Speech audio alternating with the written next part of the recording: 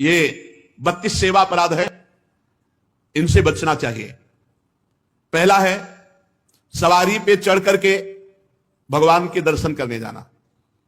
अगर आप जा भी रहे हैं तो कम से कम 100 कदम पैदल चलें, इतनी दूर वाहन खड़ा कर दो और नंगे पैर वहां से जा। खड़ाऊं या पादुका पहनकर भगवान के मंदिर में दर्शन के लिए जाना यह अपराध है। हमें तो यही प्रार्थना करनी है कि सीढ़ियों के नीचे तो उतार दो जूता चप्पल। कुछ लोग तो ऐसे हैं कि टोके ना तो जूता चप्पल पहन के ही दर्शन कर ले, इतने सुकुमार तत्व हैं। कई ऐसे भगवान के मंदिर में सवारी में चढ़ करके जाना या खड़ाऊं पादुका पहन करके जाना यह निषेध है, यह अपराध है। दूसरा, रथ यात्रा, जन्माष्टमी, राधाष्टमी, रामनवमी अगर आप नहीं कर सकते, आप में सामर्थ्य नहीं, तो जहां उत्सव हो रहा हो वहां सम्मिलित हो जाना चाहिए। ये भागवतिक महान उत्सव है भगवान के प्रादुर्भाव के, उनमें सम्मिलित हो जाना चाहिए। अगर ऐसा नहीं तो यह भी अपराध के अंतर्गत आता है। तीसरा, भगवान के श्री विग्रह के दर्शन हुए पर आपने प्रणाम नहीं किया। जैसे ऐसे जहां हो इतना जरूर करो, चाहे जिस भगवान के हो, इसमें अनन्यता नहीं है।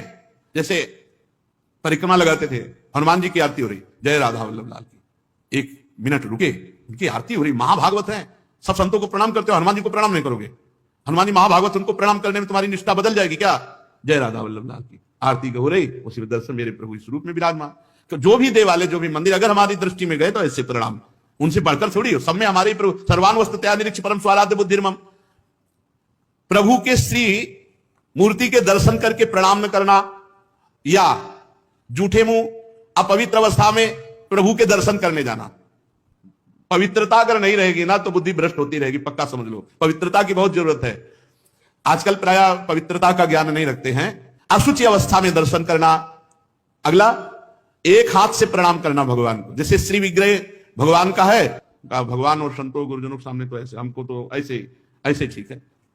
ये राजकीय विभाग में चलता है, भगवत विभाग में ऐसे चलता है। कर जोड़ करके भगवान को, गुरुदेव को, संतों को ऐसे हाथ जोड़कर, एक हाथ से भगवान को ऐसे नहीं किया जाता, प्रभु को ऐसे नहीं किया जाता। प्रभु के श्री विग्रह के सामने एक हाथ से प्रणाम करना या गुरु जी को, इतने सत्संग नहीं ना, तो प्राय आजकल के बच्चे प्रियता में दाहिने हाथ में मोबाइल होता है, बाएं हाथ से ऐसे करते हैं। रोज हमें होता है, हमें रोज होता है। और बाएं हाथ से जानते हो किसको किया जाता है? शत्रु को। जब किसी राजा के हाथ संधि कराने या गुप्तचर या दूत ऐसे, तो अब उस राजा को तो करना ही पड़ेगा, तो बाएं हाथ से करता था। तो वो समझ जाते थे शत्रु पक्ष का है, और वो वीर इतना कि गर्दन उतरा सकता है लेकिन दाहिने हाथ से सलूट नहीं कर सकता, क्योंकि शत्रु पक्ष का है तो बाएं हाथ से करेगा। एक हाथ से प्रणाम करना या बाएं हाथ से प्रणाम करना। आप सत्संग नहीं तो बेचारे नहीं जानते हो। राधा राधा नहीं बोले, राधा राधा बोले, तुम्हारी वाणी पवित्र, तुम्हारा जीवन पवित्र। हमें बहुत सुख मिलता है जब कोई रास्ते में जैसे राधा राधा तो हम खड़े हो जाते हैं। राधा राधा राधा, आपका भी मंगल, हमारे कानों का भी मंगल, और हमारा हृदय गर्व में भरता है, मेरी महारानी जी का नाम लिया जा रहा है। परिक्रमा करते समय प्रभु के श्री विग्रह के सामने आकर के ना रुक करके प्रणाम करना और ऐसे घूमते रहना, यह भी अपराध है। परिक्रमा तो एक परिक्रमा की, सामने आए प्रणाम किया, फिर दूसरी की, फिर सामने आए प्रणाम किया। 4 परिक्रमा अपने प्रभु की होती है, हरिप्रिया जी की 4 परिक्रमा। और प्रभु के श्री विग्रह के सामने पैर पसार करके बैठना है। प्रायः जिनको सत्संग नहीं मिला वैसा, राधा वल्लभ जी में जैसे वो बारंडा है ना सामने, चौका से ऐसे बैठ के पैर ऐसे, अपराध है। प्रभु के सामने पैर लंबे करके या ऐसे पैर घुटनों में बांध करके बैठना। प्रभु के श्री विग्रह के सामने दोनों घुटनों को ऊंचा करके उनको हाथ से लपेट करके, प्रभु के श्री विग्रह के सामने ऐसे ऐसे नहीं, या तो हाथ जोड़े खड़े रहो या ऐसे हाथ नीचे कर लो। मतलब एक सौम्य मुद्रा होनी चाहिए। यदि वहां खड़े हो वैसे उचित हो कि जितनी देर खड़े रहो हाथ जोड़े खड़े रहो प्रभु के सामने। पर जिनको सत्संग नहीं मिला, जिनको ज्ञान नहीं, तो प्रायः वो ऐसे खड़े होते प्रभु के सामने। और प्रभु के सामने बैठ करके सोना यह अपराध है, इसमें पाप लगता है, मलिनता हो। जैसे सत्संग में सोना, प्रभु के सामने बैठे हुए सोना, या स्वाध्याय करते हुए, भगवान के श्री विग्रह के सामने पाना। जैसे चरणामृत मिले तो साइड में हो गए, प्रसाद मिले तो साइड में हो गए, ऐसे नहीं, वहीं सामने ही, प्रभु के सामने नहीं। भगवान के श्री विग्रह के सामने झूठ बोलना, बात ही मत करो, मंदिर में बात मत करो, गलती हो जाएगी। कुछ भी अगर जरा भी झूठ निकला तो वज्र की लीक हो जाएगा, भोगना पड़ेगा। मौन रहो। जब कोई कहे हमें बात करनी, गेट के बाहर मिलो मंदिर के। अगर थोड़ी चूक भी हो जाएगी तो फिर दर्शन कर लेंगे आके, और इन्हीं के सामने झूठ बोल गए तो फिर क्या होगा? श्री भगवान के सामने जोर से बुलाना किसी को बिल्कुल नहीं। अगर वहां है तो बहुत सावधानी से बात की जाती, धीरे से बात की जाती, वो भी प्रभु संबंधी बात की जाती है। भगवान के श्री विग्रह के सामने आपस में कुशल मंगल पूछ रहा है, और कैसे हो, प्रभु सामने वहां पूछ रहे और कैसे हो, अपराध बन रहा है। उनसे पूछो कैसे हो, उनसे बात करो, प्रभु से, प्रभु के पास आए, सही पूछो। बिल्कुल नहीं, सीधे गए, बस आंख में आंख मिलाई, जितनी देर टिके बस आंख बंद की, फिर आंख में आंख मिलाई, नख सिख लो अंग माधुरी, उसका पान करो, चुपचाप बाहर निकल जाओ। दर्शन की एक पद्धति है, एक टाक एकदम देख रहे हैं, लेकिन देखना बाहरी लोग दर्शन नहीं करते, नहीं इधर उधर, वहां प्रभु में नहीं टिकेंगे, नेत्र प्रभु में नहीं टिकेंगे, वो इधर उधर दौड़ भाग करके निकल जाएंगे। आपस में कुशल मंगल बातचीत ये सब नहीं। और प्रभु के श्री विग्रह के सामने किसी को उपदेश करना, किसी को डांटना, किसी को दंड देना, ये सब अपराध के अंतर्गत आता है। प्रभु के श्री विग्रह के सामने किसी को पीड़ा देना, मारपीट करना, कदापि नहीं, बहुत बड़े बड़े अपराधों में। और प्रभु के श्री विग्रह के सामने किसी को आशीर्वाद देना, नहीं, ये भी नहीं। सामने विराजमान है, उन्हीं के आशीर्वाद से सबका आशीर्वाद है। ऐसा नहीं कोई प्रणाम कर रहा है माथे पे हाथ धर, ये सब व्यवहार नहीं। वहां प्रणाम कर, जो प्रणाम करे तुरंत पीठ कर लेनी चाहिए उसकी तरफ, वो प्रणाम उन्हीं को जाए। तो कभी ऐसा प्रणाम न, एकमात्र गुरुदेव। प्रभु के श्री विग्रह के सामने किसी पर अनुग्रह करना, यह अपराध है। श्री विग्रह के सामने किसी को साथ देना, कठोर वचन बोलना, निष्ठुर वचन बोलना। और प्रभु के श्री विग्रह के सामने कंबल ओढ़ कर जाना, प्रभु के श्री विग्रह के सामने किसी की निंदा करना, प्रभु के श्री विग्रह के सामने किसी की स्तुति प्रणाम बिल्कुल नहीं करना, प्रभु के श्री विग्रह के सामने अश्लील भाषण बोलना, प्रभु के श्री विग्रह के सामने अधोवायु त्यागना।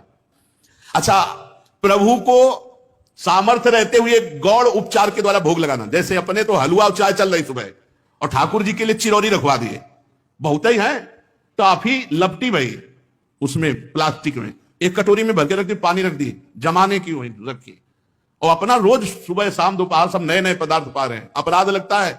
ये मनोरंजन के लिए श्री विग्रह खरीद के मत ले जाना कोई। श्री विग्रह जाने का मतलब है पूरे के पूरे प्रभु आए हैं, सुबह से लेकर शाम तक उनको खवाओ पियाओ, स्नान श्रृंगार सब। ना हो हिम्मत तो छवि खरीद ले, उनके दर्शन करो। श्री विग्रह मत ले जाओ। श्री विग्रह ले जाओ, चाहे गोपाल जी का, चाहे प्रिया प्रीतम जी का, उनकी सेवा करो ऐसे जैसे अपने बच्चे की जाती है। अपना बच्चा अगर नहीं पवाएंगे तो भूखा रहेगा, नहीं स्नान कराएंगे तो वैसे, नहीं सहन कराएंगे तो नहीं सहन करेंगे। बोले हम दर्शन के लिए छवि ले जाओ, श्री विग्रह मत ले जाओ। श्री विग्रह ले जाने का मतलब है कि अष्टयाम सेवा, कम से कम अष्टयाम सेवा में नहीं आप पहुंच पा रहे हैं, पूरी सेवाएं कर पा रहे, तो सुबह मंगला और श्रृंगार और भोग लगा दिया, जाओ। फिर शाम क्या है तो आरती कर दी, फिर भोग लगाया, दूध पिलाया, सहन कराया, इतना तो होना ही चाहिए। अब आप तो खाते हैं अच्छे अच्छे पदार्थ, तो ठाकुर जी के आगे प्लास्टिक में लपटी हुई टॉफी रख दी या चिरौरी रख दी। आपकी सामर्थ्य है, सब अच्छे अच्छे कपड़े पोशाक सब पहना सकते हो, ऐसे ठाकुर जी को ऐसे नहीं। आपके पास सामर्थ्य के अनुसार ठाकुर, वैसे तो जी जान से प्यार करो, बहुत कृपाल ठाकुर है, बहुत कृपाल। आपसे बात करने लगेंगे, आपको मना करेंगे, ये नहीं खाना हमें, ये खाना है, ऐसे। अरे आप आसक्ति करके तो देखो, निहाल कर देंगे। और अभी आप यहां पवा, फिर वो आपको अपने यहां ले जाके पवाएंगे, और ऐसा पवाएंगे कि निहाल हो जाओगे। और प्रभु को भोग लगाए बिना कुछ भी खाना पीना, ये ठीक नहीं, अपराध के अंतर्गत आता है। वैष्णव होकर, दीक्षा लेकर, सत्संग सुनकर, ये बात जान करके यदि आप बिना भोग लगाए प्रभु को पाते हैं तो अपराध है। ऋतु में जो फल हो सबसे पहले अपने प्रभु को भोग लगाना चाहिए। इस बात में हमने अपने गुरुदेव भगवान को देखा, बड़ी प्रवीणता। चाहे वो सहतूत हो, चाहे बेर हो, जो ऋतु का फल है श्री जी को जरूर पवाएंगे। और पवाने का पहला कि आप चख के देखेंगे, बेर या जो भी पहला चख के देखेंगे, अगर अनुकूल है तो हाथ धोया, आचमन किया, फिर श्री जी को दूसरे फल। नहीं तो ऐसे भोग नहीं लगाते, पहले जैसे कुछ भी बनेगा तो पहले स्वयं चखेंगे फिर भोग लगाएंगे। और ये बाहर नहीं चलेगा, बाहर तो कहते झूठा कर दिया प्रभु को क्या पाओगे, लेकिन अपने यहां अपने भाव हैं, भावोत्सवेन भजताम रस काम धेनुम। और किसी फल आदि का अच्छा भाग अपने लिए रख दिया और जो स्वाद रहित है वो प्रभु के लिए भोग लगाने के लिए, ऐसा ना करें। और प्रभु के श्री विग्रह के सामने पीठ देकर खड़े होना या पीठ देकर बैठना, जैसे पीछे प्रभु ऐसे बैठना नहीं, इससे अपराध लगता है। गुरुदेव की अभ्यर्थना ना करना, गुरुदेव से कुशल प्रश्न ना करना, गुरुदेव की स्तुति ना करना, यह अपराध है। अपने मुख से अपनी प्रशंसा करना, यह अपराध है। किसी भी देवता की निंदा करना, यह अपराध है। भगवत मार्ग में अपने आराध्य देव के सिवा अन्य कोई आश्रय, अन्य कोई बल, अन्य कोई आशा, ये सब कलंक के समान है। यदि हम अन्य आस भरोस अवलंबन छोड़ पाए तो हमें कुछ नहीं करना भगवत प्राप्ति के लिए। सच्ची मानिए, ये अन्य जो स्वीकृति है यही हमको तो भगवत विमुख की है। ये हमारा स्वरूप ही भगवत स्वरूप है। ये पांच भौतिक हमारा स्वरूप थोड़ी है, ये अंतःकरण हमारा स्वरूप थोड़ी है, ये स्वभाव हमारा नहीं है, ये प्रकृति का है। यही अन्य आश्रय हमें भय प्रदान करता है। जब तक भय है तब तक न शुद्ध भक्ति है और न शुद्ध ज्ञान है। ज्ञान हो जाने पर एक ब्रह्म के सिवा कुछ है नहीं तो किससे भय? भक्ति हो जाने पर अपने प्रभु के सिवा कोई है नहीं तो किससे भय? प्रहलाद जी ने नरसिंह भगवान से किंचन मात्र भी कोई भय नहीं माना, सब भयभीत थे, पर प्रहलाद जी नहीं। अपने प्रीतम से क्या भय, चाहे वो सौम्य रूप में हो या घोर रूप में हो या भयावह रूप में हो, है तो मेरे प्रीतम, फिर भय कैसा?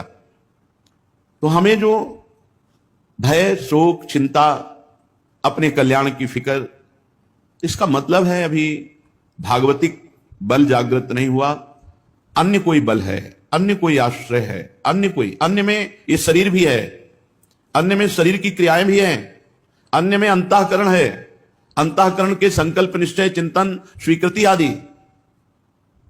अन्य में स्वभाव भी है। ये मेरा नहीं है, मेरे तो सिर्फ प्रभु हैं और जो मेरा स्वरूप है वो प्रभु में ही है। ये बात समझ में आ जाए तो बिल्कुल विश्राम है, अभी विश्राम है। भगवत प्राप्ति के लिए जो क्रियाओं का आदेश दिया गया है शास्त्रों में, वो निष्क्रिय आप हैं ये अनुभव करने के लिए, ना कि क्रियाओं से भगवत प्राप्ति होती है। आपका स्वरूप निष्क्रिय है, आप निरंजन है, माया रहित है, यही अनुभव कराने के लिए सत्क्रियाएं की जाती हैं, क्योंकि सत्क्रिया निर्मलता प्रदान करती है। जहां अंतःकरण निर्मल हुआ, शांत हुआ, वहीं अपने स्वरूप का अनुभव होने लगता है। इसलिए अन्य बल तो छोड़ दीजिए, बस ये समझना है अन्य बल का मतलब किसी व्यक्ति, वस्तु, स्थान का नहीं, शरीर का भी नहीं, अपनी क्रियाओं का भी नहीं, अपनी सोच का भी नहीं। ये बात अगर समझ में आ रही हो तो बहुत शुद्ध शरणागति अभी हो जाए। हमारी क्रियाओं का क्या बल? कभी सत्क्रिया होती, कभी असत क्रिया। हमारे अंतःकरण की सोच का क्या बल? कभी सत सोच होती, कभी असत। हमारे स्वभाव का क्या? कभी सौम्य, कभी क्रूर, कभी उदारता, कभी कंजूसता। इसका क्या?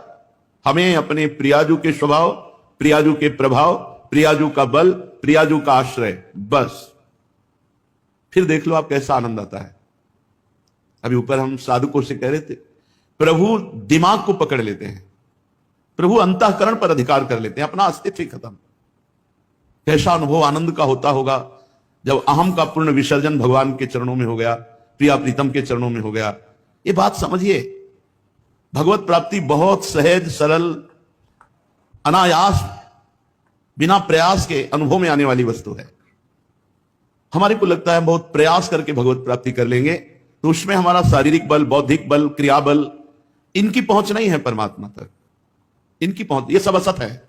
असत से की हुई क्रियाएं ये सत परमात्मा में प्रतिष्ठित नहीं कर सकती, तो इनसे उदासीन नहीं होना, ये करना है, पर बल प्रियाजू का।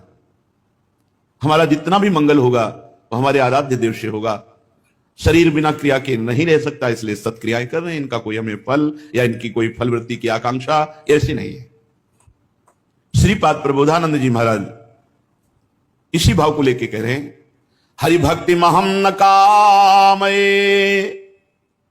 मम मुक्ति ही प्रतिभाति सुक्तिवत नयने न निपीय राधिका रति कुंजई रति मंजुलम बनम।